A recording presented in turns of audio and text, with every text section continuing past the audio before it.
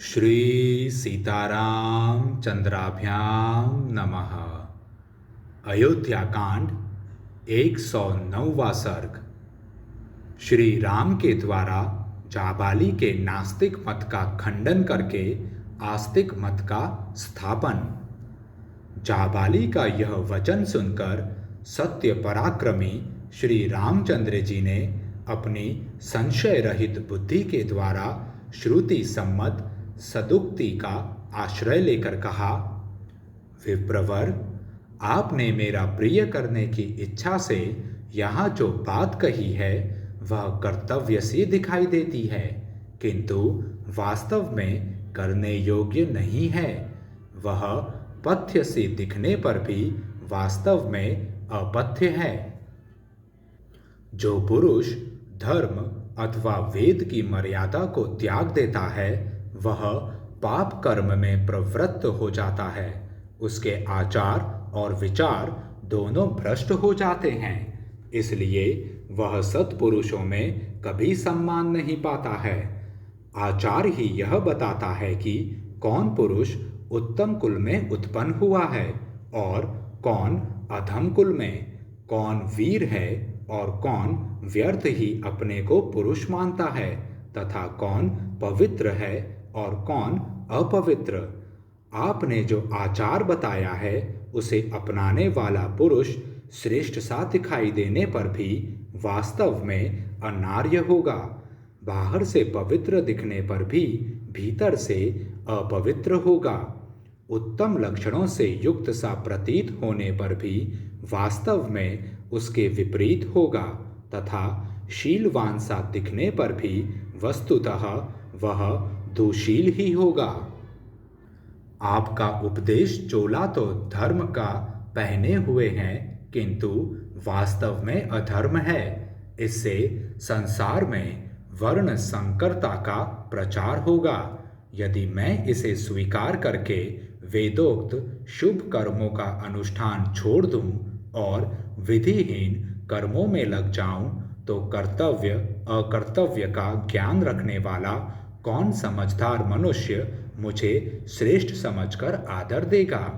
उस दशा में तो मैं इस जगत में दुराचारी तथा लोक को कलंकित करने वाला समझा जाऊंगा।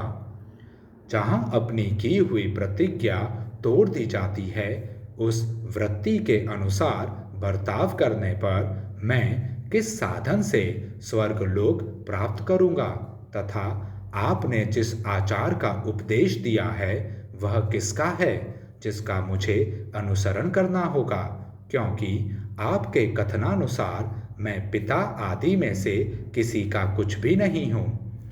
आपके बताए हुए मार्ग से चलने पर पहले तो मैं स्वेच्छाचारी हूँगा, फिर यह सारा लोक स्वेच्छाचारी हो जाएगा, क्योंकि राजाओं के जैसे आचरण होते हैं प्रजा भी वैसा ही आचरण करने लगती है।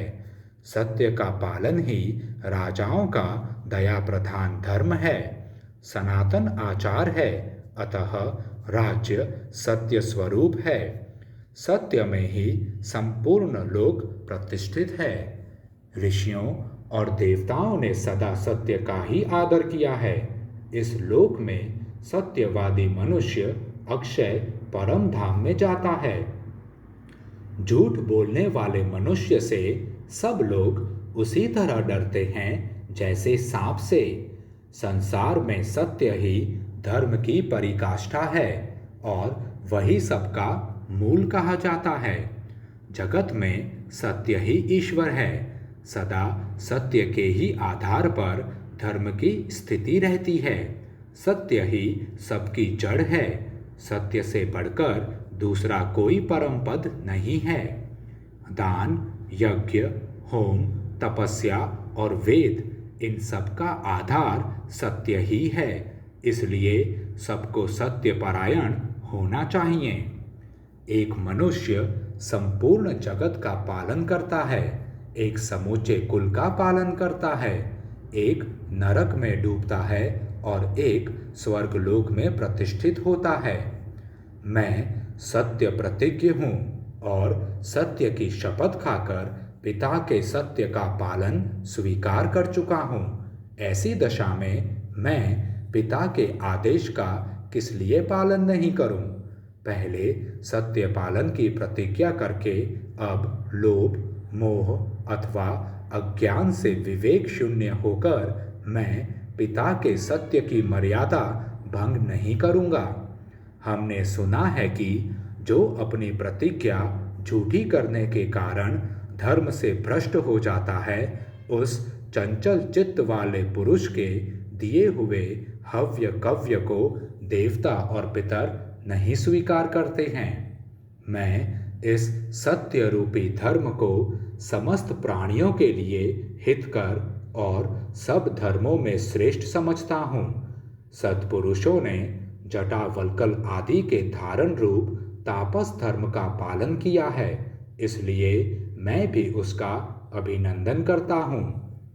जो धर्म युक्त प्रतीत हो रहा है किंतु वास्तव में अधर्म रूप है, जिसका नीच, क्रूर, लोभी और पापाचारी पुरुषों ने सेवन किया है, ऐसे शास्त्र धर्म का मैं अवश्य त्याग करूंगा, क्योंकि वह न्याय युक्त नहीं है। मनुष्य अपने शरीर से जो पाप करता है उसे पहले मन के द्वारा कर्तव्य रूप से निश्चित करता है, फिर जिह्वा की सहायता से उस अनृत कर्म को वाणी द्वारा दूसरों से कहता है, तत्पश्चात औरों के सहयोग से उसे शरीर द्वारा संपन्न करता है। इस तरह एक ही पातक कायिक, वाचिक और मानसिक भेद से 3 प्रकार का होता है। पृथ्वी, कीर्ति, यश और लक्ष्मी, ये सब की सब सत्यवादी पुरुष को पाने की इच्छा रखती है और शिष्ट पुरुष सत्य का ही अनुसरण करते हैं। अतः मनुष्य को सदा सत्य का ही सेवन करना चाहिए। आपने उचित सिद्ध करके तर्कपूर्ण वचनों के द्वारा मुझसे जो यह कहा है कि राज्य ग्रहण करने में ही कल्याण है, अतः इसे अवश्य स्वीकार करो। आपका यह आदेश श्रेष्ठ सा प्रतीत होने पर भी सज्जन पुरुषों द्वारा आचरण में लाने योग्य नहीं है, क्योंकि इसे स्वीकार करने से सत्य और न्याय का उल्लंघन होता है। मैं पिताजी के सामने इस तरह वन में रहने की प्रतिज्ञा कर चुका हूँ। अब उनकी आज्ञा का उल्लंघन करके मैं भरत की बात कैसे मान लूँगा? गुरु के समीप की हुई मेरी वह प्रतिज्ञा अटल है, किसी तरह तोड़ी नहीं जा सकती। उस समय जबकि मैंने प्रतिज्ञा की थी, देवी कैकेयी का हृदय हर्ष से खिल उठा था। मैं वन में ही रहकर बाहर भीतर से पवित्र हो नियमित भोजन करूँगा और पवित्र फल, मूल एवं पुष्पों द्वारा देवताओं और पितरों को तृप्त करता हुआ प्रतिज्ञा का पालन करूँगा। क्या करना चाहिए और क्या नहीं, इसका निश्चय मैं कर चुका हूँ। अतः फल मूल आदि से 5 इंद्रियों को संतुष्ट करके निश्चल श्रद्धापूर्वक लोक यात्रा का निर्वाह करूँगा। इस कर्म भूमि को पाकर जो शुभ कर्म हो उसका अनुष्ठान करना चाहिए, क्योंकि अग्नि, वायु तथा सोम भी कर्मों के ही फल से उन पदों के भागी हुए हैं। देवराज इंद्र 100 यज्ञों का अनुष्ठान करके स्वर्गलोक को प्राप्त हुए हैं। महर्षियों ने भी उग्र तपस्या करके दिव्य लोकों में स्थान प्राप्त किया है। उग्र तेजस्वी राजकुमार श्री राम परलोक की सत्ता का खंडन करने वाले जाबाली के पूर्वोक्त वचनों को सुनकर उन्हें सहन न कर सकने के कारण उन वचनों की निंदा करते हुए पुनः उनसे बोले, सत्य, धर्म, पराक्रम, समस्त प्राणियों पर दया, सबने प्रिय वचन बोलना और देवताओं, अतिथियों और ब्राह्मणों की पूजा करना, इन सब को साधु पुरुषों ने स्वर्गलोक का मार्ग बताया है। सत्पुरुषों के इस वचन के अनुसार धर्म का स्वरूप जानकर तथा अनुकूल तर्क से उसका यथार्थ निर्णय करके एक निश्चय पर पहुँचे हुए सावधान ब्राह्मण भली भांति धर्माचरण करते हुए उन उत्तम लोगों को प्राप्त करना चाहते हैं।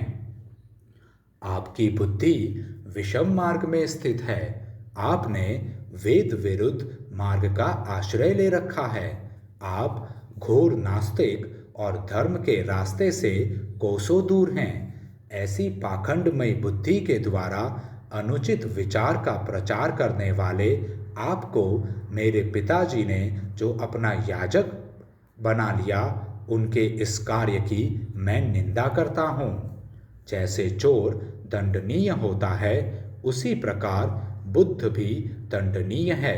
तथागत और नास्तिक को भी यहाँ इसी कोटि में समझना चाहिए।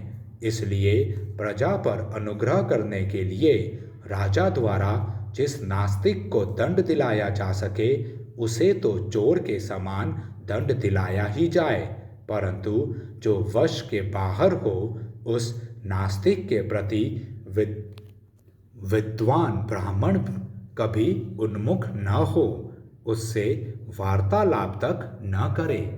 आपके सिवा पहले के श्रेष्ठ ब्राह्मणों ने इहलोक और परलोक की फल कामना का परित्याग करके वेदोक्त धर्म समझकर सदा ही बहुत से शुभ कर्मों का अनुष्ठान किया है। अतः जो भी ब्राह्मण हैं, वे वेदों को ही प्रमाण मानकर स्वस्ति, कृत, दान और परोपकार आदि तथा हूत, यज्ञ, याग आदि कर्मों का संपादन करते हैं। जो धर्म में तत्पर रहते हैं, सत्पुरुषों का साथ करते हैं, तेज से संपन्न हैं, जिनमें दान रूपी गुण की प्रधानता है, जो कभी किसी प्राणी की हिंसा नहीं करते तथा जो मल संसर्ग से रहित हैं, ऐसे श्रेष्ठ मुनि ही संसार में पूजनीय होते हैं। महात्मा श्री राम स्वभाव से ही दैन्य भाव से रहित थे। उन्होंने जब रोषपूर्वक पूर्वोक्त बात कही, तब ब्राह्मण जाबाली ने विनयपूर्वक यह आस्तिकतापूर्ण सत्य एवं हितकर वचन कहा। रघुनंदन, न तो मैं नास्तिक हूँ और न नास्तिकों की बात ही करता हूँ। परलोक आदि कुछ भी नहीं है, ऐसा मेरा मत नहीं है। मैं अवसर देखकर फिर आस्तिक हो गया और लौकिक व्यवहार के समय आवश्यकता होने पर पुनः नास्तिक हो सकता हूँ। नास्तिकों की सी बातें कर सकता हूँ। इस समय ऐसा अवसर आ गया था जिससे मैंने धीरे धीरे नास्तिकों की सी बातें कह डाली।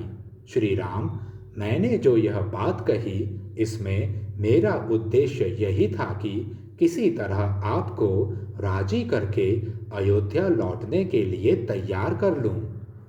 इस प्रकार श्री वाल्मीकि निर्मित आर्ष रामायण आदि काव्य के अयोध्या कांड में 109वां सर्ग पूरा हुआ। जय श्री राम।